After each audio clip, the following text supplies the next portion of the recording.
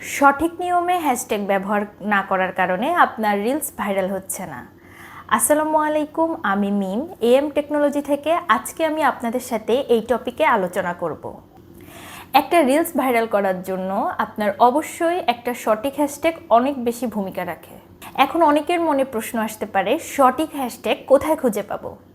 একটা রিলস কীভাবে ভাইরাল হয় আমি আমার গত ভিডিওতে আপনাদের সাথে আলোচনা করেছি। আপনারা চাইলে আমার ভিডিওটা দেখে আসতে পারেন। এখন মেইন কথা হচ্ছে, আপনি আপনার ভিডিওর জন্য সঠিক হ্যাশট্যাগ কিভাবে নির্বাচন করবেন। ধরুন আপনি যদি food related reels video upload করতে চান, তাহলে সেক্ষেত্রে অবশ্যই আপনাকে ফুড রিলেটেড হ্যাশট্যাগ ইউজ করতে হবে। চলুন তাহলে দেখে নিই ফুড রিলেটেড হ্যাশট্যাগ কিভাবে ব্যবহার করতে হবে। প্রথমে আপনাকে যে কাজটা করতে হবে, গুগল ক্রোম ব্রাউজারে যেতে হবে।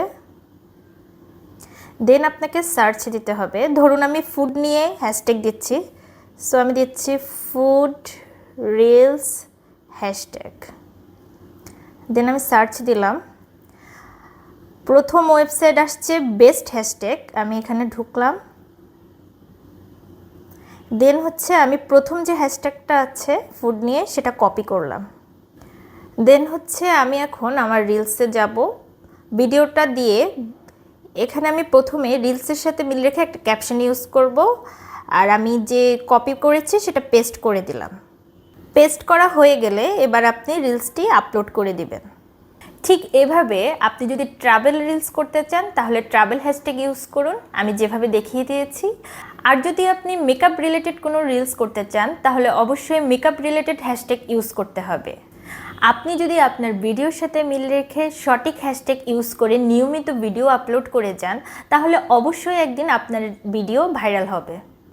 আপনি রিলস ভাইরাল সংক্রান্ত যতই ভিডিও দেখেন না কেন, আপনি যদি নিয়মিত না হন, কখনোই আপনার ভিডিও ভাইরাল হবে না। আপনি যদি একজন সফল ভিডিও ক্রিয়েটর হতে চান, তাহলে আপনাকে অবশ্যই ধৈর্য ধরে কাজ করে যেতে হবে।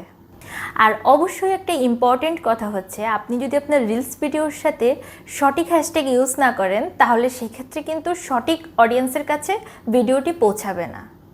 তো আজকে হ্যাশট্যাগের বিষয়টি আমি এখানেই শেষ করছি।